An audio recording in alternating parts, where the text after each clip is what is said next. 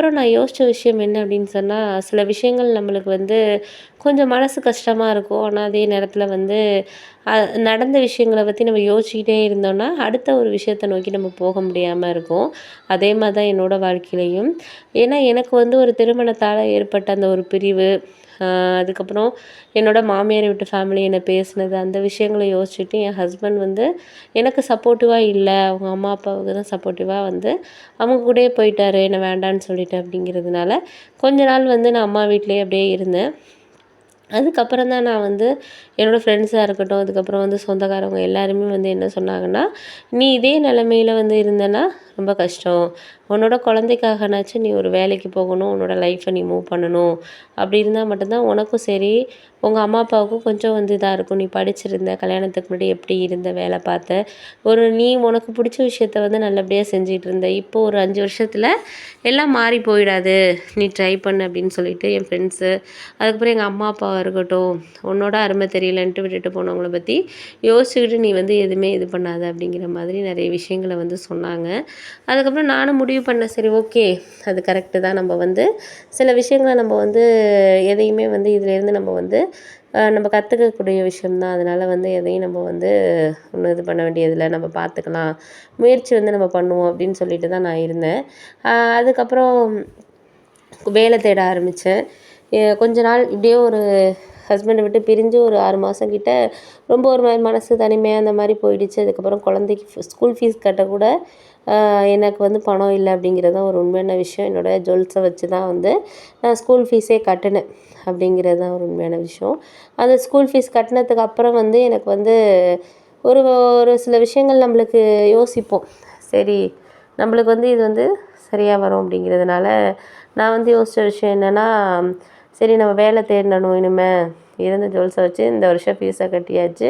அதுக்கப்புறம் அம்மா, அப்பாவுக்கும் ஏதாச்சும் ஹெல்ப் பண்ணணும். அவங்களும் வந்து சொந்த வீடா இருந்தாலும் வீட்டு செலவு இதெல்லாம் இருக்குது. அண்ணனும் வந்து செலவுக்கு பணம் குடுக்குறாங்க. இருந்தாலும் அண்ணி வந்து உங்க தங்கச்சி வந்து இங்கே உட்காந்துருக்கிறதுக்கு நீங்கள் எதுக்கு பணம் குடுக்குறீங்கன்னு நாளைக்கு ஒரு வார்த்தை கேட்டுருவாங்க. அதனால நம்ம முடிஞ்ச வரைக்கும் நம்மளால முடிந்த முயற்சிகளை நம்ம செய்யணும் அப்படின்னு சொல்லிட்டு, நான் வேலை தேட ஆரம்பித்தேன்.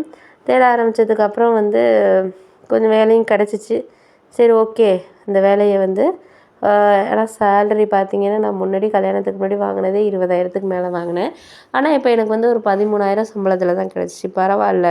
இப்போதைக்கு இது வந்து ஒரு வீட்டு செலவுக்கும் என்னோடய சேவிங்ஸுக்கும் கொஞ்சம் ஹெல்ப்பாக இருக்கும். போக போக சில விஷயங்கள் நம்மளுக்கு வந்து கொஞ்சம் கஷ்டமாக தான் இருக்கும். ஆனால் அதே நேரத்துக்கு வந்து நம்மளுக்கு கொஞ்சம் வந்து யோசித்து பார்த்தோன்னா இந்த விஷயம் வந்து நடந்துருக்கிறது நல்லதுக்கு தான் அப்படின்னு சொல்லிட்டு யோசிப்போம். அதே மாதிரி தான் ஃபஸ்ட்டு எனக்கு வேலை வந்து வேறு ஊருக்கு மாற்றினப்போ வந்து நான் ஃபீல் பண்ணேன். என்னடா இது, சொந்த ஊரில் இத்தனை வருஷம் வேலை பார்த்துட்டே நம்ம போயிட்டு இன்னொரு இடத்துல வேலை பார்க்கணுமே அப்படின்னு சொல்லிட்டு. அதுக்கப்புறம் தான் வந்து எனக்கு வந்து ஒரு ஒரு நான் லவ் பண்ணிக்கிட்டு இருந்தவங்க வந்து வேண்டாம், எங்கள் வீட்டில் பார்க்குற மாப்பிள்ளைய தான் நான் கல்யாணம் பண்ணிக்குவேன் அப்படின்னு சொல்லிட்டு திடீர்னு வேலைக்கு போயிட்டாங்க.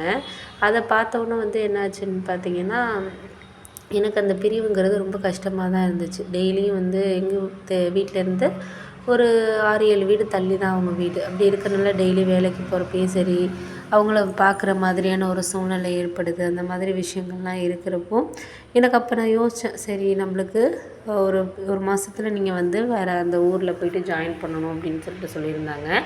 அப்போ தான் நான் வந்து யோசித்தேன், சரி ஓகே, இது வந்து நம்மளுக்கு வந்து ஒரு நல்லதுக்கு தான். ஏன்னா நானும் அவங்கள்ட்ட எவ்வளோ பேசி பார்த்தேன். ஏன்னா 3 வருஷமாக லவ் பண்ணுறோம். நானும் அவங்கள்ட்ட எவ்வளோ பேசி பார்த்தேன். இது மாதிரி வந்து முடிஞ்ச வரைக்கும் வந்து கன்வின்ஸ் பண்ண பார்த்தேன். ஆனால் அவங்க என்ன யோசிச்சிட்டாங்கன்னா, அவங்க வந்து கொஞ்சம் எங்களோட கொஞ்சம் வசதி அதிகம். நான் இப்போ தான் எனக்கு வேலை கிடச்சி தான் இப்போ நாங்கள் வீடு கட்டுறதுக்கே ஆரம்பிச்சிருக்கோம்.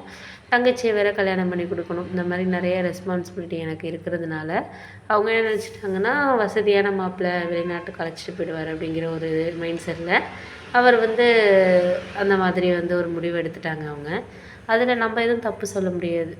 அது அவங்களோட முடிவு அப்படிங்கிறதுனால, நானும் ஓரளவு எனக்கு முடிஞ்ச அளவுக்கு எனக்கு பேசி பார்த்தேன். நான் முடியலன்னோனே சரி நான் விட்டுட்டேன். ஒரு 1 வாரம் 10 நாள் பேசி பார்த்தேன். அவங்க அதுக்கப்புறம் என் ஃபோனையே அட்டெண்ட் பண்ணல. அதுக்கப்புறம் மெசேஜ் பண்ணாலும் ரிப்ளை பண்ணல. எதுவுமே இது பண்ணாமல் இருந்தாங்க. சரி ஓகே, இதுக்கப்புறம் நம்ம வந்து இதை வந்து நம்ம இது பண்ணுறது தேவையில்ல அப்படின்னு சொல்லிட்டு, அதுக்கப்புறம் அம்மாக்கிட்ட சொன்னேன். இது மாதிரி வந்து அந்த ஊருக்கு வந்து நாங்கள் போய் வந்து வேலை பார்க்கலான்னு முடிவு பண்ணிட்டோமா, ரூம் எல்லாம் அவங்களே கொடுத்துட்றேன்ட்டாங்க அப்படின்னு. அதுக்கப்புறம் அவங்களும் சரி அம்மாவுக்கும் இந்த விஷயம் எல்லாமே தெரியும். அதுக்கு மேலே அவங்க சொல்லிட்டாங்க, "நீ உன்னோட ஃப்யூச்சரை பாரு. இப்போ தானே